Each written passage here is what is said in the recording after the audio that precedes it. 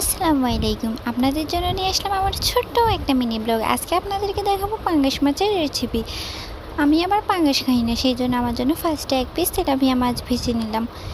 ভেজে নেওয়ার পরে এখন কিছুটা পরিমাণে বেগুন আর মূলা আর আলু কেটে নিলাম। তারপর কিছুটা পরিমাণে পেঁয়াজ মরিচ কেটে নিয়ে তেল বসিয়ে দিয়ে তার মধ্যে পেঁয়াজ মরিচ দিয়ে এখন একটু হালকা পরিমাণে ভেজে নিতেছি। তারপরে দিয়ে দিলাম জিরা গুঁড়ো, তারপরে একটু পানি দিয়ে নেড়েছেড়ে এখন দিয়ে দিলাম মরিচের গুঁড়ো, তারপর দিয়ে দিলাম একটু পরিমাণে হলুদ গুঁড়ো আর একটু লবণ দিয়ে এগুলো ভালোভাবে কষিয়ে নিতেছি সুন্দর করে।